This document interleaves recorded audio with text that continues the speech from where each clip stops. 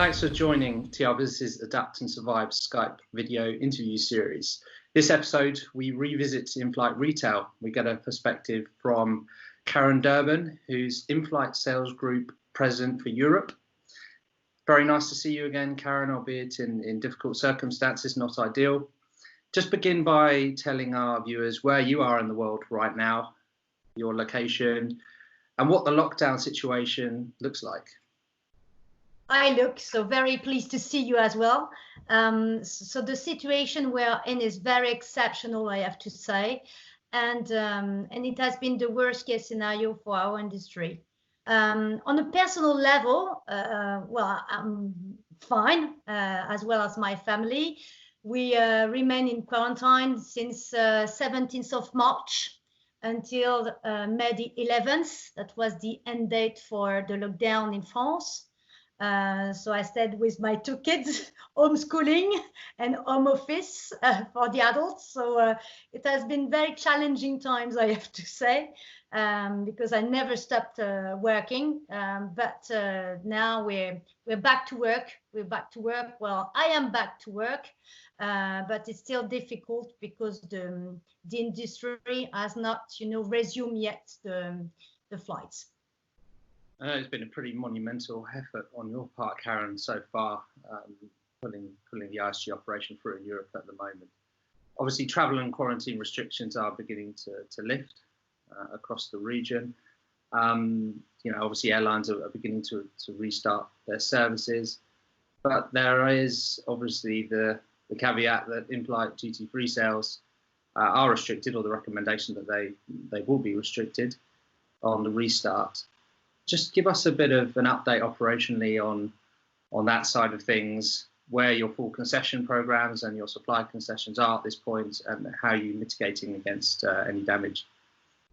Okay, first I have to say that before March, we really thought that COVID-19 was stopping at the EU borders. So it was really a shock.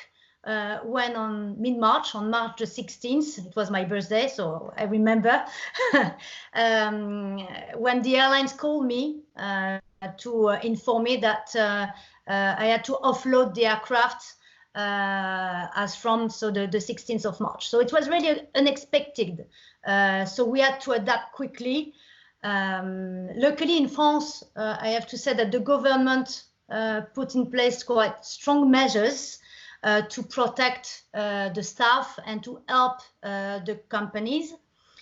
So as from March the 17th, I had to take urgent action so that all my staff has been furloughed. I had to cancel all the purchase orders, close the warehouse and everything. And then, of course, I had to measure the effect on the P&L, the stock, the crew, the airlines. So it was quite a big amount of work during these 2 months.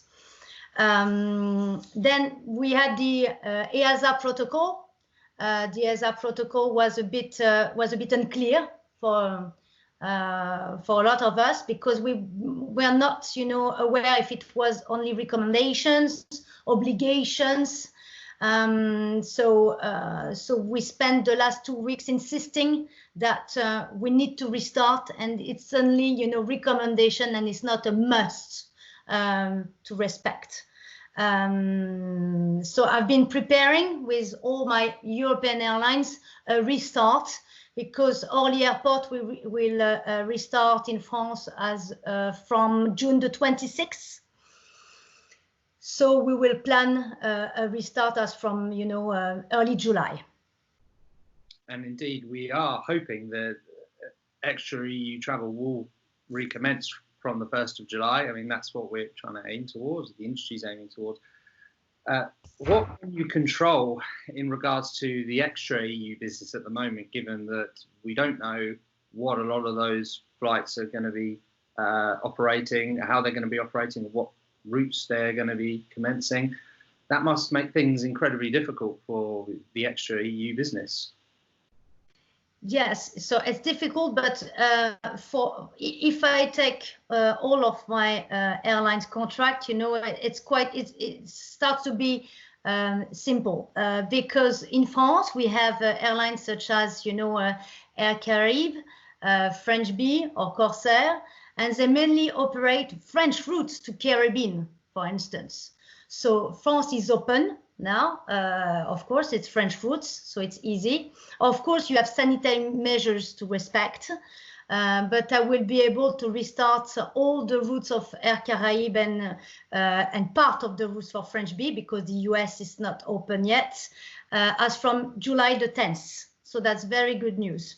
Very good news indeed. Yeah. That's good. Okay. For the rest, I have to say for Morocco is still closed. So while Air Maroc decided to postpone the reopening of the in-flight duty-free sales, so it will maybe happen only early beginning of next year, 2021, January. And Aeroflot for Russia will reopen this summer. We don't know the details yet. Okay, it's very much still a work in progress for a lot of these airlines. And Karen, when commercial air travel resumes in earnest on a mass scale, everyone will obviously have to adapt to a new climate. What do you feel will need to change fundamentally to ensure safe travel experience, but crucially to protect in-flight sales margins? We know that business has been suffering for a number of years. I mean, is this the wake-up call now that unfortunately the business needs in a very morbid sense? So I have to say, we all know that even before COVID, you know, our industry was getting very tough and challenging. I believe we now have to react faster and to change things now, to make things happen. So I've been as well discussing the future of our industry with many stakeholders and with friends from our industry, with Christine Martin or Vima during the webinars. But we all need to make some efforts. Of course, I do myself because I've been cutting costs since the last 2 months, working on new business models. We have to convince airlines as well that, you know, the minimum guarantee cannot apply any longer. I do not believe they can expect a signing bonus or guarantee on the sales. They need to be more flexible and understand that we need to show the industry that we have some performances first. Air Caraïbes or French Bee, they have made some efforts because all crew will reduce their salary by 10% as from July for 1 year.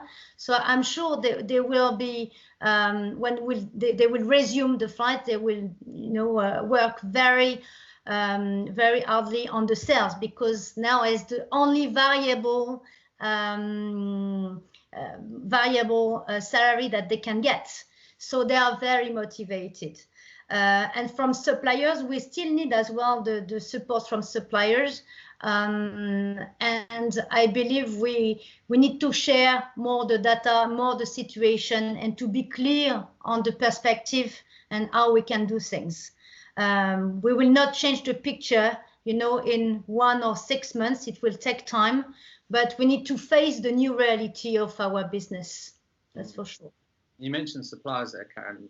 What would you like as a concessionaire to see more of from them at this point? Obviously, it's incredibly tough.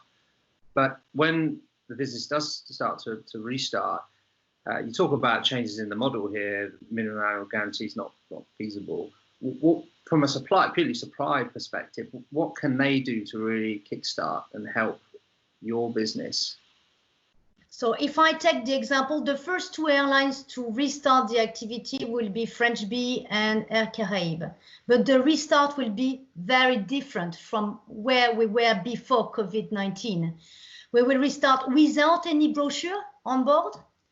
We will restart with a limited assortment on board, only 40 items, tobacco and bestsellers in all the other categories. So suppliers have to understand and be with us in the sense that, you know, we will only provide the basics to restart the in-flight sales during the next 6 months.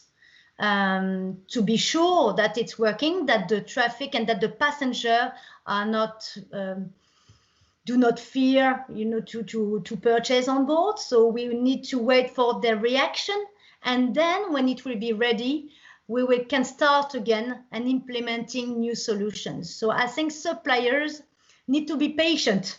That's the first thing I have to say, and ask them. They have to be patient, because we will start like it was maybe in the early times with Inflight Retail, with limited range assortment, very good price, only a public announcement or a flyer to indicate the product availability, and pre-order on the rest of the assortment. So it will take time, and we will see.